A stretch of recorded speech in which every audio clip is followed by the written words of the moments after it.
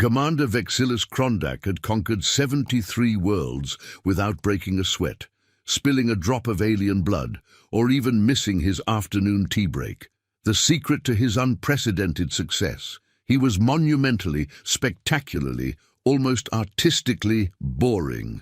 While other galactic commanders relied on flashy death rays and dramatic ultimatums, Krondak had perfected the art of bureaucratic intimidation. He would arrive at a planet, deploy his fleet in perfect geometric formation, and then fill out forms, lots of forms, in triplicate. The Form 7749B, Notice of Impending Subjugation alone, ran to 437 pages, including subsections on proper surrender etiquette, tax implications of becoming a vassal state, and a surprisingly comprehensive guide to galactic health insurance benefits. Most civilizations took one look at the paperwork and surrendered immediately. "Sir," squeaked Lieutenant Bixby Fumblethorne, Krondak's perpetually nervous aide-de-camp, as he burst through the commander's office door, carrying a stack of documents that defied several laws of physics. "The Galactic Conquest Department wants your quarterly reports." Krondak looked up from his desk, where he had been meticulously organizing his collection of rubber stamps by frequency of use. His three eyes blinked in sequence, a habit that made him look like a traffic light, having an existential crisis. "Fumblethorne, how many times must I tell you? Knock first. What if I had been doing something classified?" "But, sir, you were just stamping things." "Exactly. Do you have any idea how many state secrets are contained in my filing system? The rubber stamp marked approved holds the fate of entire star systems." Fumblethorne shifted nervously, causing the papers to cascade around him like a bureaucratic waterfall. "Sir, about those reports?" "Ah, yes, the reports." Krondak rubbed his hands together with the enthusiasm of someone who genuinely enjoyed paperwork. 73 worlds conquered through the sheer terror of administrative efficiency. We've revolutionized warfare, Fumblethorne. No more messy battles, no more costly weapons, just the unstoppable force of proper documentation. That's wonderful, sir. But there's a small problem. Krondak's middle eye twitched. In his experience, small problems had a disturbing tendency to become enormous problems with alarming speed. "Define small, Lieutenant." "Well, sir, the department is asking why you haven't conquered Planet 74 yet. Apparently, your ex-girlfriend, Commander Zelda Vorthak, just conquered her 74th world last Tuesday, and now she's ahead of you in the monthly rankings." The mention of Zelda made Krondak's skin turn an unfortunate shade of purple. She had left him for a commander who specialized in what she called actual warfare, instead of what she dismissively termed death by filing cabinet. "What? Zelda conquered 74 worlds? That's impossible. I had the most efficient conquest rate in the entire galactic navy." "Yes, sir, but she uses traditional methods. You know, lasers, explosions, dramatic speeches about the futility of resistance. Barbaric!" Krondak slammed his rubber stamp down so hard it left a permanent impression of denied on his desk. "Fine, fine. If Zelda wants to play this game, I'll show her what real efficiency looks like. Fumblethorne, find me planet number 74. Fumblethorne began frantically shuffling through his papers, muttering under his breath about filing systems and alphabetical order. After several minutes of increasingly frantic searching, he triumphantly held up a single sheet. "Found it, sir. Planet designation, Earth. Located in the Sol system, third rock from the sun, populated by bipedal primates who call themselves humans." "Excellent. What's their surrender protocol?" Fumblethorne squinted at the document, then held it at arm's length, then brought it close to his face again. "Sir, this is odd. According to the file, Earth is marked with a giant red stamp that says, 'Do not engage under any circumstances.'" "Ooh, what? That's ridiculous. Every planet can be conquered with the proper forms. There's also a note here that says, "See Regulation 42B, planets that make no logical sense whatsoever." And another note that says, "Seriously, just don't. Trust us on this one." Krondak snatched the file away from Fumblethorne and examined it closely. The warnings were extensive, alarming, and written in several different hands, as if multiple commanders had added their own desperate pleas for future generations to stay away.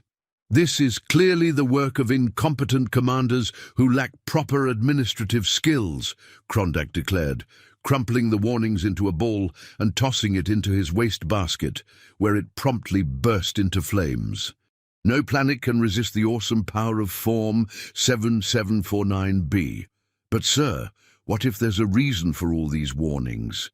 Fumblethorne, I have conquered worlds that communicated entirely through interpretive dance, planets where the dominant species were sentient crystals who filed lawsuits against their own shadows, and one particularly memorable civilization that had structured their entire society around the rules of an ancient board game called Monopoly.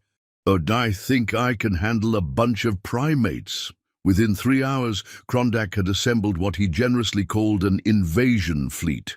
In reality, it consisted of his flagship, the GSS Bureaucratic Nightmare, 2 supply ships carrying nothing but filing cabinets and rubber stamps, and a single fighter craft piloted by Ensign Dribblebox Whimsical, whose main qualification was an ability to fly in perfectly straight lines while humming bureaucratic hymns.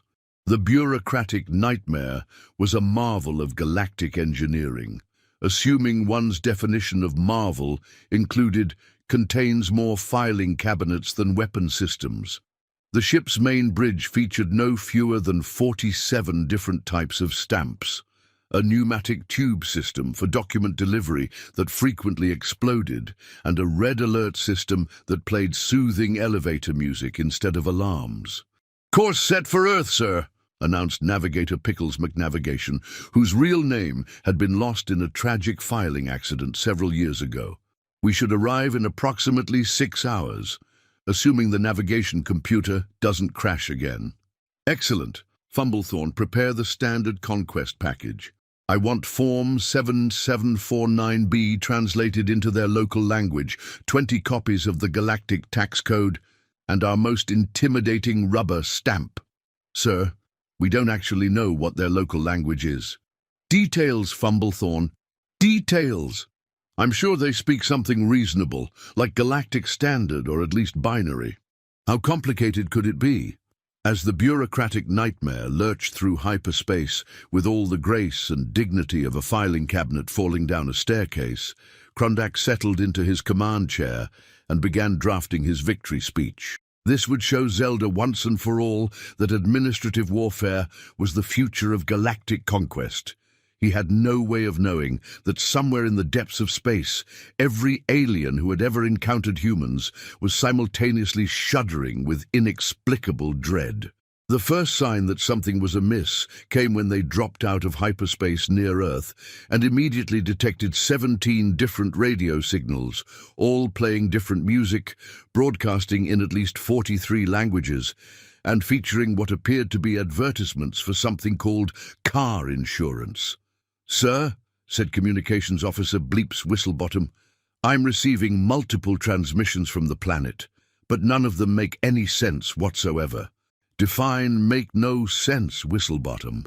"Well, sir, one of them appears to be a detailed discussion about whether a hot dog is a sandwich, another is broadcasting images of small furry animals doing amusing things, and there's one that's just screaming for no apparent reason." Krondak waved dismissively. "Primitive communications, probably trying to confuse us with nonsense." "Prepare to transmit the standard surrender demand." "Sir, which frequency should I use?" "All of them. If they want to play games with multiple channels, we'll broadcast on every single one." This turned out to be the first in what would become a very long series of tactical errors. Within moments of Krondak's surrender demand being broadcast across every frequency on Earth, something unprecedented happened. Instead of panic, instead of immediate capitulation, instead of the usual terrified silence that followed his bureaucratic ultimatums, the humans did something completely unexpected. They started laughing. "Sir!" Whistlebottom's voice cracked with confusion. They're not responding with surrender documents. They're sending us pictures. Pictures of their white flags. Excellent. No, sir. Pictures of, well, it's hard to describe. One appears to be a cat wearing a hat with the words, "I can has surrender" written underneath. Another shows a drawing of our ship with cartoon eyes and the caption, "Aliens go brrr." Krondak's 3 eyes blinked in rapid succession. What? That's not how this works. Where are their diplomats, their surrender committees, their properly stamped and notarized documents of capitulation? Sir, I'm now receiving what appears to be an invitation to something called a rave. There's also several offers to sell me something called extended warranty coverage, and at least 47 messages asking if we've tried turning it off and on again. This is preposterous. They're clearly not following proper first contact protocols. Fumblethorn, what does Galactic Regulation 15C say about civilizations that respond to conquest with memes? Fumblethorn frantically rifled through his portable regulation library, a collection of books so extensive it required its own gravitational field. Sir, there doesn't appear to be any regulation covering whatever this is. Impossible! There are regulations for everything. What about Regulation 23F, covering inappropriate responses to official military demands? That only covers responses involving interpretive dance, sir. Regulation 44J, about civilizations that communicate through scent. Not applicable, sir. These appear to be visual jokes. Krondak stood up so quickly that his chair spun around 3 times and knocked over a filing cabinet full of conquest certificates. Enough. If they won't surrender properly, we'll have to show them the consequences of ignoring proper administrative procedure. What are your orders, sir? Deploy the intimidation protocol, lower our shields, power up all external lights, and broadcast our most terrifying battle hymn. Sir, our most terrifying battle hymn is the galactic anthem of proper filing procedures. Exactly! Nothing strikes fear into the heart of primitive civilizations like a good administrative anthem. The bureaucratic nightmare descended toward Earth's atmosphere, its hull blazing with lights, broadcasting a song that sounded remarkably like elevator music performed by a choir of particularly depressed accountants. Krondak stood on the bridge, arms crossed, confident that this display of power would finally convince the humans to take him seriously. What happened next would later be described by xenobiologists as the moment when the universe's sense of humor became a measurable scientific phenomenon. Instead of cowering in terror, the humans began pointing at the ship and taking pictures. Lots of pictures. Within minutes, the bureaucratic nightmare was trending on something called social media, with hashtags like alien invasion fail and das space bureaucracy. Sir! Whistlebottom's voice had reached a pitch normally reserved for emergency whistles. They're not scared. They're making more pictures, and they're asking if we accept credit cards. Credit cards? What in the name of the galactic tax code are credit cards? I don't know, sir, but they seem very enthusiastic about them. Through the viewscreen, Krondak could see humans gathering in open areas, not to surrender or flee, but to get better views of his ship. Some were holding signs. One particularly large sign read, "Welcome to Earth. Sorry about the mess." "That's not how this works," Krondak screamed at the viewscreen. "You're supposed to be terrified. You're supposed to send your leaders to negotiate surrender terms. You're supposed to ask about our galactic health insurance benefits."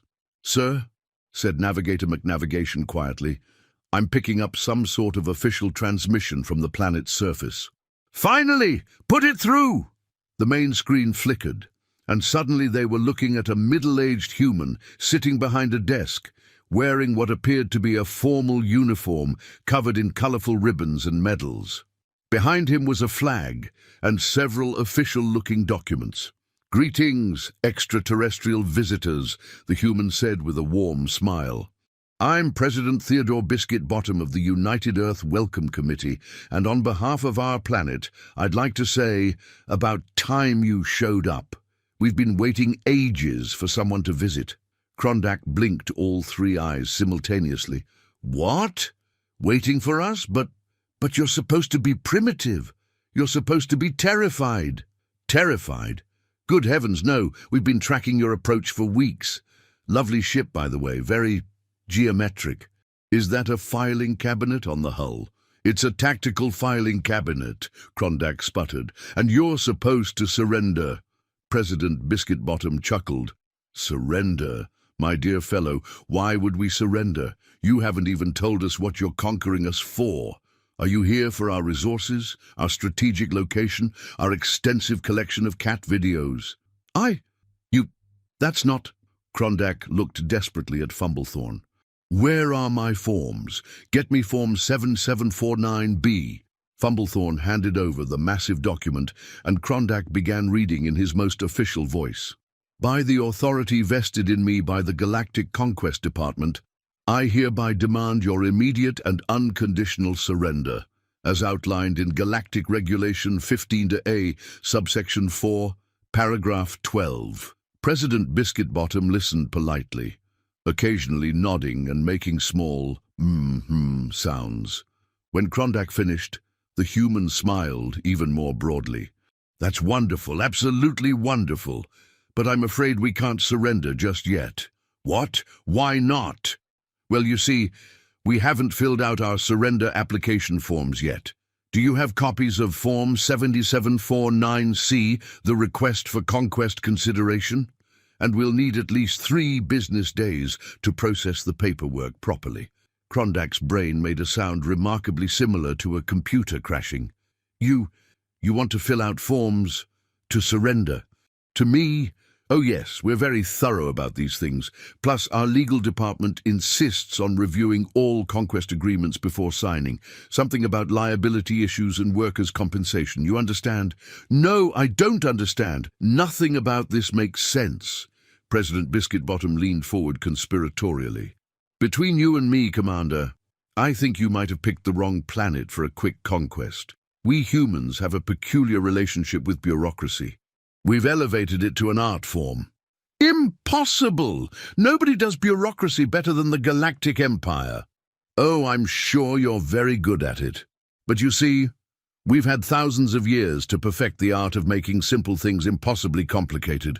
Why, just last week it took me 17 different forms and 4 separate committee approvals to change the toilet paper in the executive washroom. Krondak stared at the screen in growing horror. You mean you actually enjoy paperwork? Enjoy it? My dear Commander, we live for it. Some of our greatest heroes are tax accountants. We have holidays celebrating filing deadlines. We've turned form filling into a competitive sport. That's horrible. Oh, it gets worse. Wait until you meet our Department of Redundancy department. They're the ones who handle redundant departmental redundancy. Lovely people. But they do everything 3 times just to be sure. At this point, Ensign Whimsical chose the worst possible moment to interrupt. Sir, I'm detecting multiple aircraft approaching our position. Aha! Krondak spun away from the screen. Finally, their military response. Prepare for battle, you incompetent... Sir, they're not attacking. They appear to be taking pictures. And one of them has a banner that says, Earth's first intergalactic food truck. Food truck? President Biscuit-Bottom's voice came from behind him. Oh, that'll be Eddie's extraterrestrial eats. Marvelous fellow, Eddie. Started preparing for alien contact years ago. Makes a delightful Neptune burger, though I can't vouch for its astronomical accuracy. Krondak turned back to the screen, his purple complexion now approaching violet. This is not how conquests are supposed to work. I'm sorry, Commander, but how exactly are they supposed to work? This is our first one, you see. We're rather new to the whole being conquered business. You're supposed to be afraid. You're supposed to panic. You're supposed to immediately recognize our superior technology and surrender unconditionally. Oh, we definitely recognize your superior technology. That filing cabinet on your hull is absolutely magnificent. Is it climate-controlled? We've been having terrible problems with humidity in our government offices. It's not about the filing cabinet. No, pity. We were hoping to trade for some proper galactic office supplies. Our photocopiers are always breaking down. Lieutenant Fumblethorne appeared at Krondak's elbow, whispering urgently, "Sir, I'm detecting multiple communication satellites around the planet. I think they're broadcasting this conversation to their entire population." "What?" President Biscuitbottom nodded cheerfully. "Oh, yes. This is being live-streamed to about 4 billion people. We thought it would be rude not to share humanity's first alien contact with everyone. The ratings are through the roof. You're more popular than cat videos. Stop filming this." "I'm afraid I can't do that, Commander. Freedom of the press and all that. Very important to us humans, though if you'd like to sign a media release form, we could arrange for you to get royalties from the broadcast revenue." Krondak made a sound that can only be described as the noise a filing cabinet makes when it falls down a flight of stairs filled with rubber stamps. "Sir," Navigator McNavigation said quietly, "perhaps we should consider withdrawing and regrouping." "Absolutely not. I did not come this far to be defeated by a planet full of bureaucracy enthusiasts. There has to be a way to conquer these people." "Well," President Biscuitbottom said thoughtfully, "if you're really determined to conquer us, I suppose we could arrange something, but it would have to go through proper channels." "What proper channels?"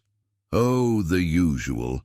You'd need to file a conquest permit application with our Department of Extraterrestrial Affairs, get environmental impact assessments for any planned orbital bombardments, submit your fleet specifications to our Space Traffic Control Authority, and of course pass our Alien Commander Competency Examination." "Competency examination? Standard procedure, I'm afraid. Can't have just anyone conquering Earth. We have standards to maintain." Krondak looked around his bridge at his crew, all of whom were staring at him with expressions of barely controlled panic mixed with fascination. This was rapidly becoming the most bizarre situation any of them had ever encountered. "Fine," Krondak said through gritted teeth. "Fine. What does this examination involve?" "Oh, the usual things. Basic galactic law, proper invasion etiquette, a written essay on your plans for post-conquest governance, and a practical demonstration of your ability to work with our existing bureaucratic systems." "How long does this examination take?" "Well, there's usually a 6-month waiting period for applications.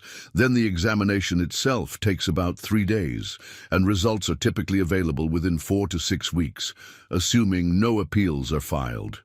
6 months? "I'm afraid so. Government efficiency, you understand. Though if you're in a hurry, we do offer an express conquest service for an additional fee." "Express conquest service?" "Oh yes, for just triple the standard processing fee, we can expedite your application and have you conquering us in as little as 3 months. Krondak's left eye began twitching uncontrollably. "You want me to pay you to let me conquer you?" "Well, conquest is a service, isn't it? And all services have associated costs. Processing fees, administrative overhead, insurance, liability coverage, it all adds up." "This is insane." "Is it? I mean, you're asking us to completely restructure our entire civilization, accept foreign rule, and abandon our way of life. That's quite a big ask, really. The least you could do is cover the paperwork costs." At this point, Communications Officer Whistlebottom made a sound like a small animal in distress. "Sir, I'm receiving thousands of messages from the planet. They appear to be job applications." "Job applications?" President Biscuitbottom brightened considerably. "Oh, marvelous. Are you hiring? We have quite a few people who would be interested in working for a galactic empire. Excellent benefits, I assume? Dental coverage? Retirement plans? This..." Krondak sat down heavily in his command chair, which promptly collapsed under the weight of his confusion. "What is wrong with you people?" "Wrong with us? Nothing at all. We're just trying to make the best of an unusual situation. After all, it's not every day that aliens show up wanting to conquer us. We thought we should at least be polite about it." "Polite? You're supposed to be terrified." Terrified of what? You seem like perfectly reasonable beings. A bit obsessed with paperwork, perhaps, but then again, so are we. I think we could find a lot of common ground. A common ground. I'm trying to conquer you. Yes, and we appreciate the effort, we really do, but conquest is such an ugly word, don't you think? We prefer hostile takeover or aggressive merger. Sounds much more civilized. Krondak stood up again, stepped on the wreckage of his chair, stumbled, and fell over a filing cabinet. As he lay on the floor, staring up at the ceiling of his ship, he began to understand why Earth had been marked with so many warnings. "Sir?" Fumblethorne knelt beside him. "Are you all right?" "Fumblethorne," Krondak said quietly, "I think I'm beginning to understand why no one has ever successfully conquered this planet." "Why's that, sir?" "Because they're completely, utterly, and fundamentally impossible to conquer. They've turned the entire concept of conquest into a bureaucratic nightmare. They're more bureaucratic than we are." Is that even possible, sir?" "Apparently so, Fumblethorne, apparently so." President Biscuit-Bottom's voice came from the speakers above them. "Commander, are you still there? I've got the forms you'll need to begin the conquest application process. There are only 473 of them, and most are fairly straightforward. Though I should warn you, Form 15J requires notarization by a certified intergalactic notary public, and there's currently a 3-month wait for appointments." Krondak closed his eyes and tried to imagine explaining this to Zelda. "How do you tell your ex-girlfriend that you failed to conquer a planet because they had asked you to fill out forms to do it? How do you explain that the humans had somehow out-bureaucratized the galactic empire itself?" "Sir," Navigator McNavigation said hesitantly, "incoming transmission from Galactic Command." "Don't answer it." "Sir, it's marked urgent. Something about your conquest quota and Commander Zelda Vorthak's recent promotion to Grand Admiral." Krondak sat up so fast he hit his head on the filing cabinet. "Grand Admiral! She got promoted to Grand Admiral." "Yes, sir. The message says she conquered her 75th planet this morning. Apparently it surrendered after she showed them a particularly impressive explosion." "Of course it did. That's how conquest is supposed to work," President Biscuit-Bottom's voice interrupted.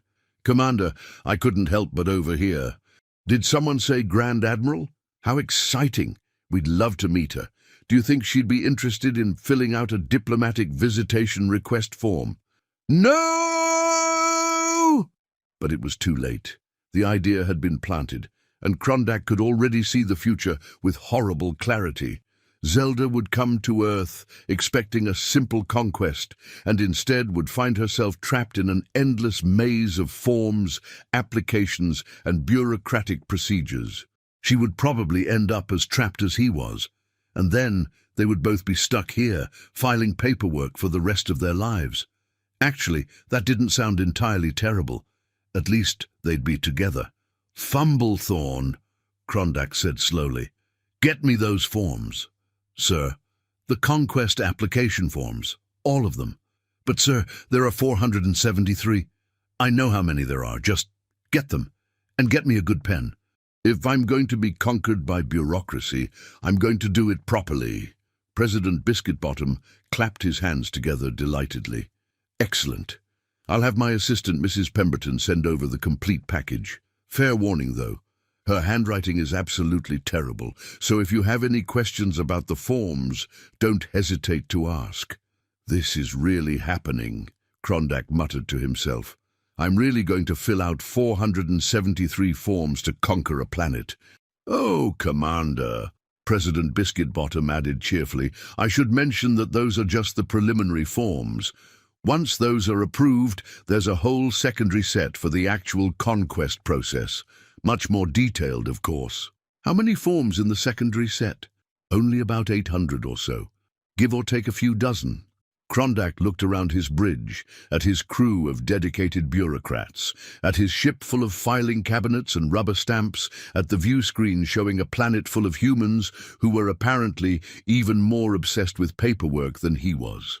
And then, for the first time in his long military career, Commander Vexillus Krondak began to laugh.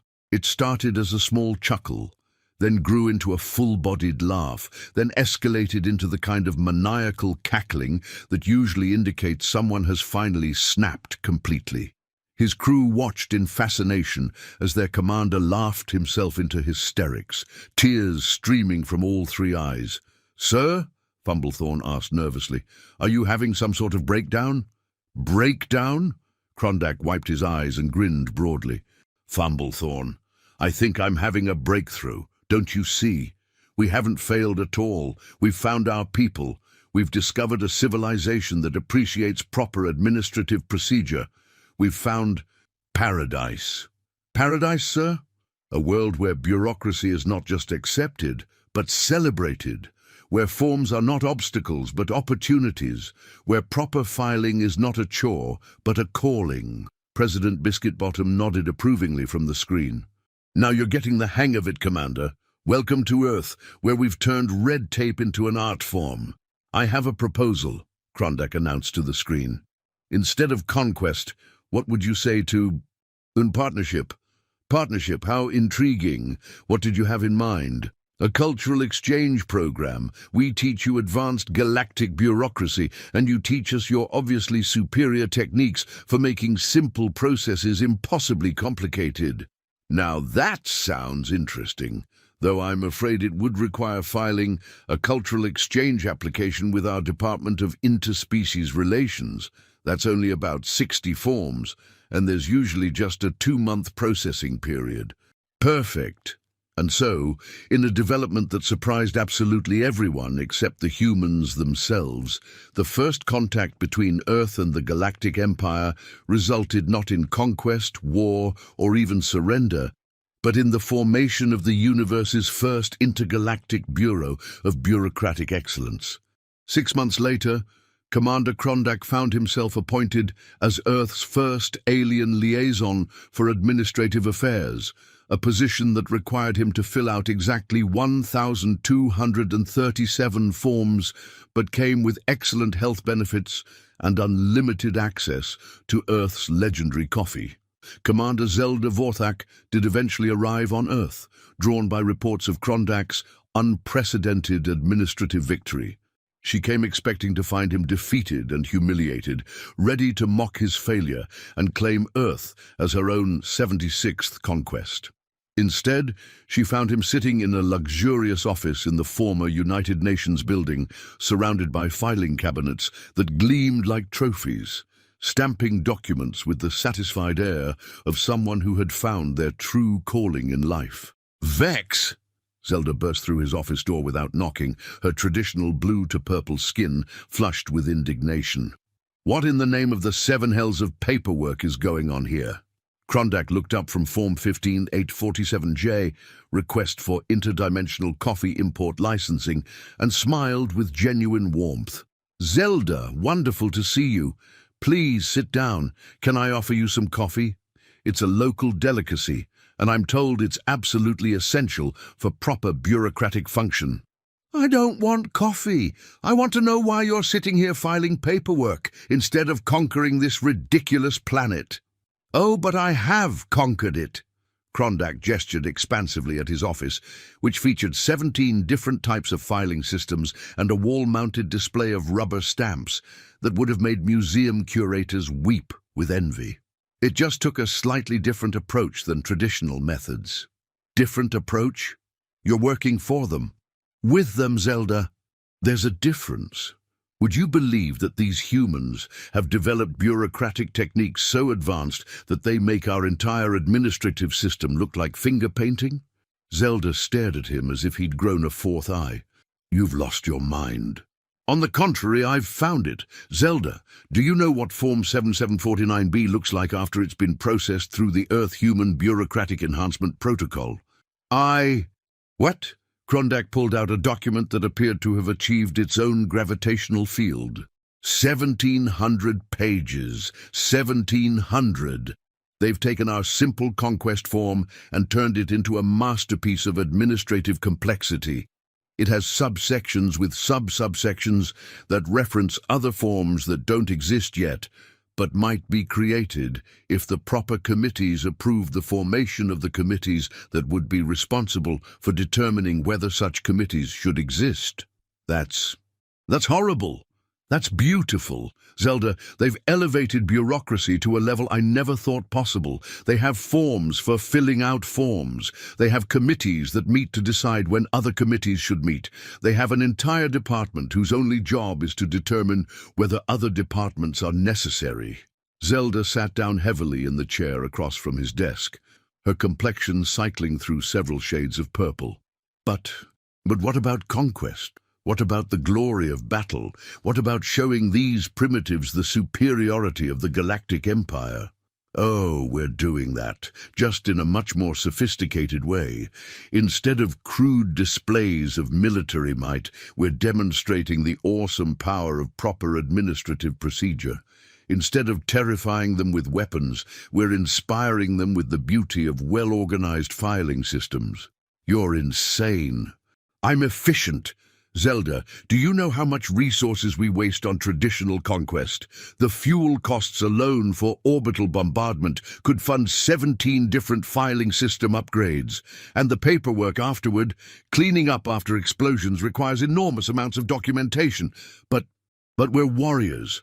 We're supposed to strike fear into the hearts of our enemies. And we do. You should see how the humans react when they receive a properly completed Form 2247X. Last week, President Biscuit-Bottom actually wept when he saw our standardized triplicate carbon copy system. Zelda stared at him for a long moment, then slowly shook her head. They've brainwashed you. These humans have somehow turned you into what I was always meant to be, Krondak finished softly. Zelda, for the first time in my career, I'm truly happy. I wake up each morning excited about the day's paperwork. I go to sleep each night dreaming about new filing possibilities. I've found my purpose. Your purpose is to conquer worlds for the glory of the Empire. And I have. I've conquered the most unconquerable world in the galaxy. Not through force, not through fear, but through the irresistible power of administrative excellence. At that moment, Mrs. Pemberton knocked on the door and entered carrying a stack of documents that defied several laws of physics. Commander Krondak, I have the completed applications for the Intergalactic Bureaucratic Exchange Program. We've received requests from 47 different planets, 12 space stations, and something that appears to be a sentient nebula. A sentient nebula? Zelda asked weakly. Oh, yes, Mrs. Pemberton beamed. Quite enthusiastic about proper documentation procedures, actually, though it did take us 3 weeks to figure out how to get it to sign the forms. Turns out you need special cosmic ink. Krondak turned to Zelda with barely contained excitement. You see?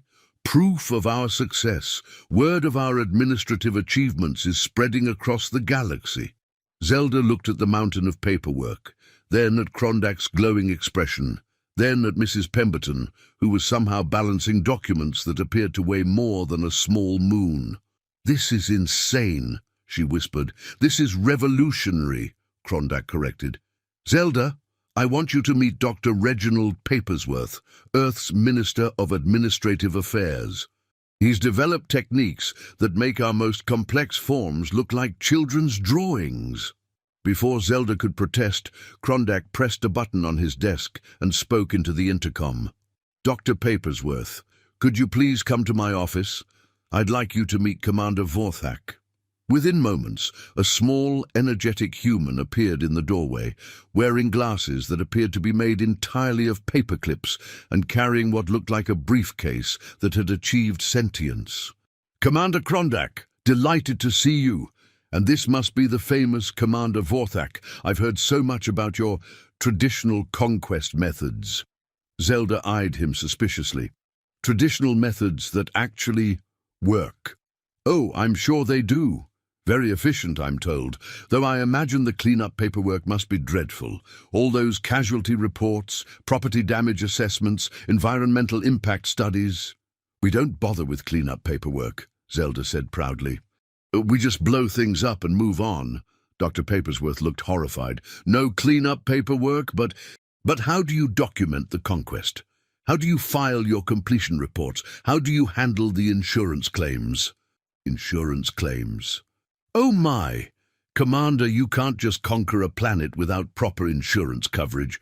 What if something goes wrong? What if there are liability issues? What if someone files a complaint with the Galactic Better Business Bureau? Zelda turned to Krondak with a look of growing panic. There's a Galactic Better Business Bureau? Oh yes, Doctor.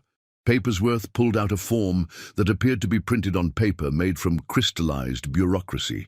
Form 4582Z, Notice of Intent to File a Complaint Regarding Unsatisfactory Conquest Services. Very important document. I helped design it myself.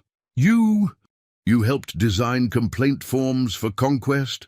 Of course, proper conquest requires proper oversight. You can't just go around conquering planets willy-nilly without appropriate regulatory frameworks.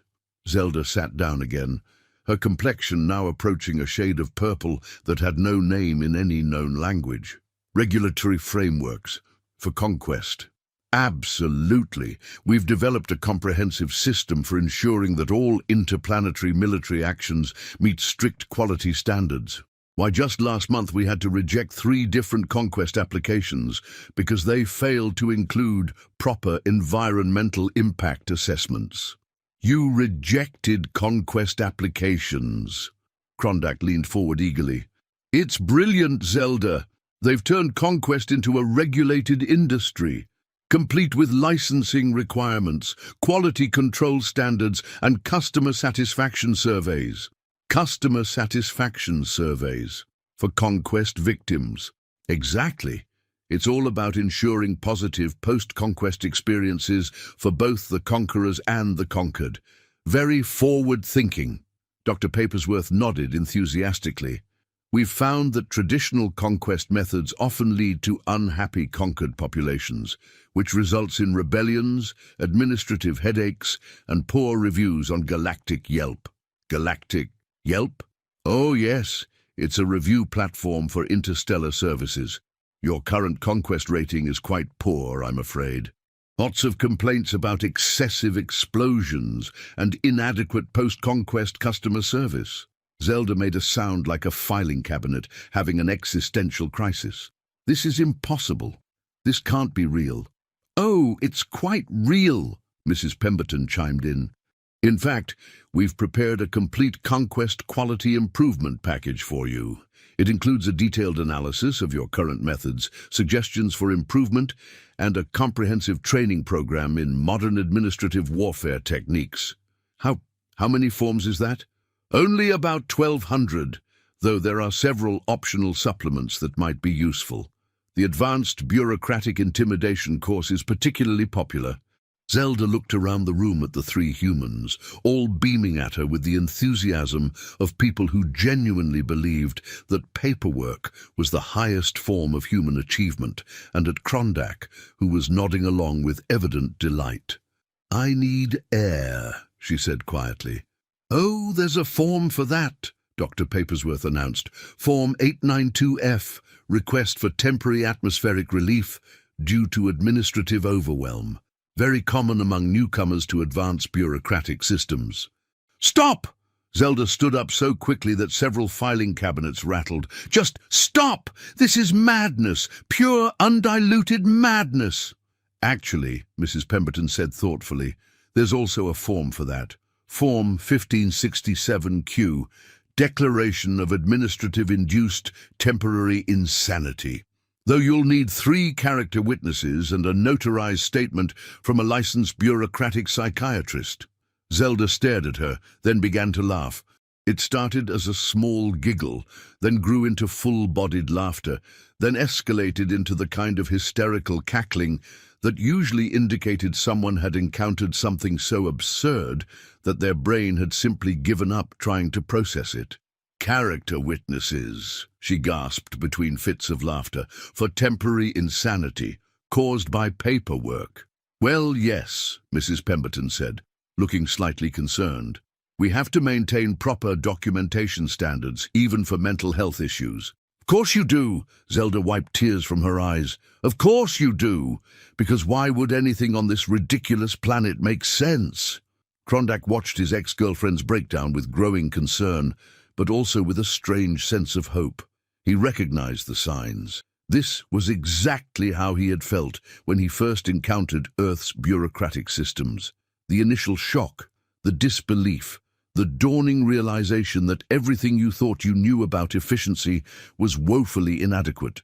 "Zelda," he said gently, "I know this is overwhelming, but think about it. Really think about it. When was the last time you felt truly challenged by a conquest? When was the last time you encountered a civilization that could match your skills?" Zelda stopped laughing and looked at him. "What are you saying?" "I'm saying that these humans have done something no other species in the galaxy has managed to do. They've created a system so complex, so beautifully, insanely complicated, that it makes our most advanced military strategies look like children's games. That's not a good thing, isn't it? Zelda, you've conquered 75 worlds using the same basic approach every time. Show up, make threats, blow things up if necessary, accept surrender, file completion paperwork, move on. Where's the challenge in that? Where's the art?" Zelda opened her mouth to argue, then closed it again. He had a point. Her recent conquests had been routine, predictable, almost boring. But this, Krondak gestured at the room full of forms and filing cabinets, this is a puzzle that could take years to fully understand. A challenge worthy of the galaxy's most accomplished commanders. Dr. Papersworth nodded approvingly. "Oh yes, our bureaucratic systems are quite sophisticated. We've been refining them for centuries. Some of our most complex administrative procedures are so intricate that we've had to develop special training programs just to teach people how to begin understanding them." "You have training programs for understanding paperwork?" "Of course. The Basic Introduction to Intermediate Form Completion Procedures course runs for 6 months and covers only the fundamentals. The Advanced Theoretical Applications of Practical Administrative Philosophy program takes 2 years and requires a thesis defense." "A thesis defense for paperwork?" "Well, for the philosophy of paperwork. Very different field of study." Zelda sat down again, more slowly this time. "There's a philosophy of paperwork." "Oh my, yes. Quite a rich field, actually. Professor Stamps-a-Lot down at the university has written 17 books on the subject. Her latest work, The Existential Meaning of Form, 42b, a postmodern analysis of administrative transcendence, is considered a masterpiece." Administrative transcendence. The idea that proper paperwork can elevate the human spirit to higher planes of existence. Fascinating stuff, really. Zelda looked at Krondak. "They have universities that teach paperwork philosophy. They have entire academic departments dedicated to it," Krondak confirmed.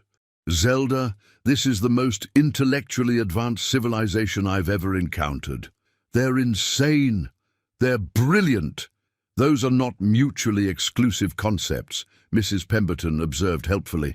"In fact, there's a form for that too. Form 3492G, Acknowledgement of Simultaneous Brilliance and Insanity in Administrative Systems." Zelda stared at her for a long moment, then turned back to Krondak. "Vex, I came here to rescue you from what I thought was a humiliating defeat. Instead, I find you happy. Actually, genuinely happy. For the first time in decades, yes. And you really believe this is better than traditional conquest? Zelda, in 6 months, I've accomplished more here than in 6 years of military campaigns. We've established diplomatic relations with 47 different worlds, created the galaxy's first standardized bureaucratic protocols, and developed administrative techniques that are being studied by civilizations across 3 different star systems. And how many worlds have you actually conquered? Krondak smiled. All of them. What? Every single planet that has joined our bureaucratic exchange program has effectively been conquered. They've all agreed to adopt our administrative standards, follow our procedural guidelines, and report to our central authority. The only difference is that they asked us to conquer them." Zelda blinked. "They asked?" "Oh, yes," Dr. Papersworth confirmed. "Once word got out about our revolutionary bureaucratic techniques, we had requests pouring in from across the galaxy.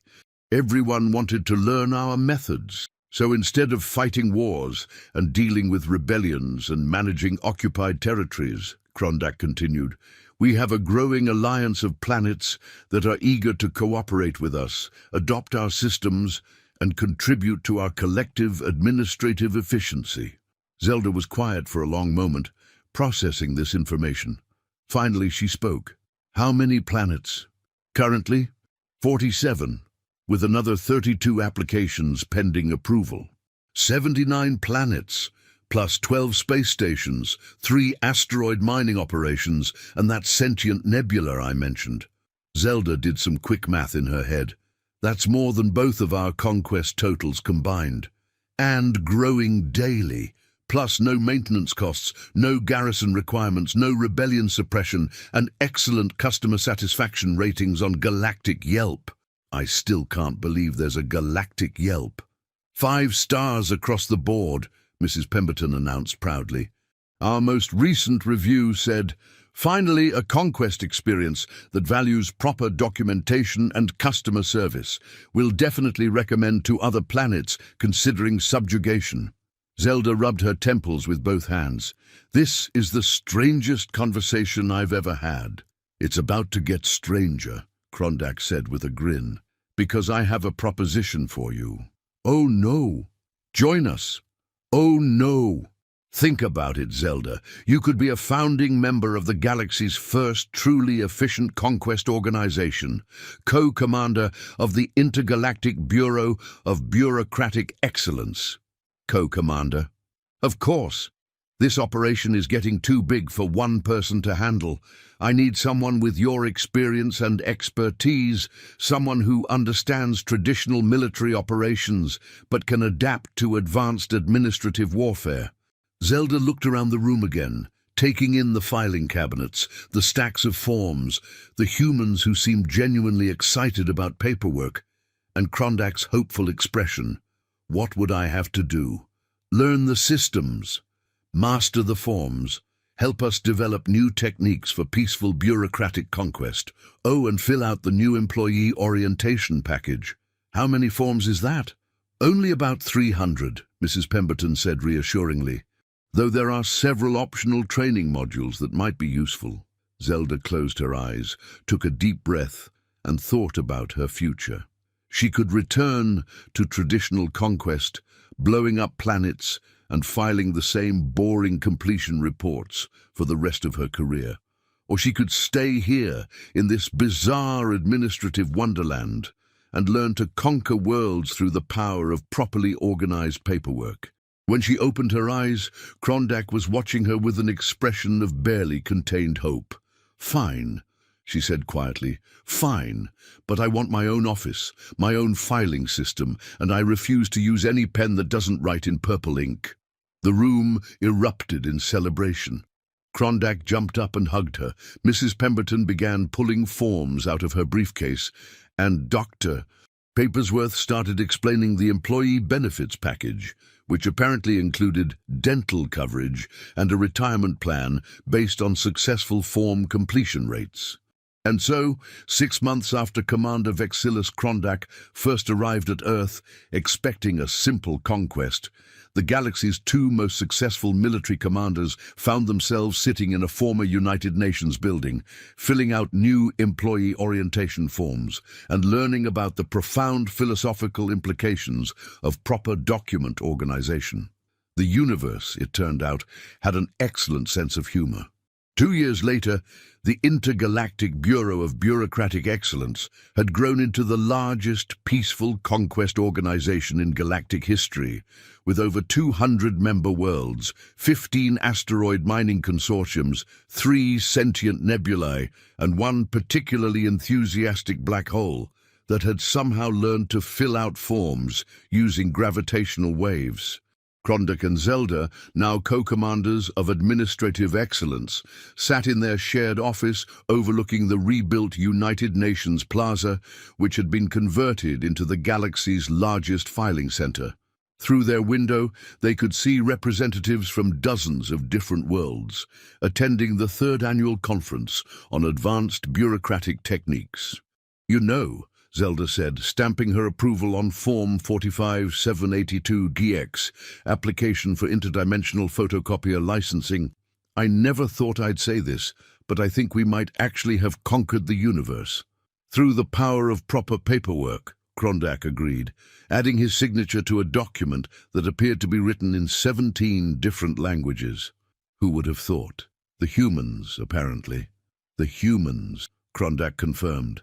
The wonderfully, impossibly, brilliantly insane humans. Outside their window, President Biscuitbottom was giving a speech to the assembled delegates about the importance of standardized intergalactic filing procedures. In the audience, representatives from the warrior clans of Vega were taking careful notes on proper form organization, while a delegation of sentient crystals from the sparkly worlds practiced their document stamping techniques. "Do you ever miss the explosions?" Zelda asked. Krondak considered this for a moment. "Sometimes, but then I remember that we've achieved something no conqueror in galactic history has ever accomplished." "What's that?" "We've made conquest fun."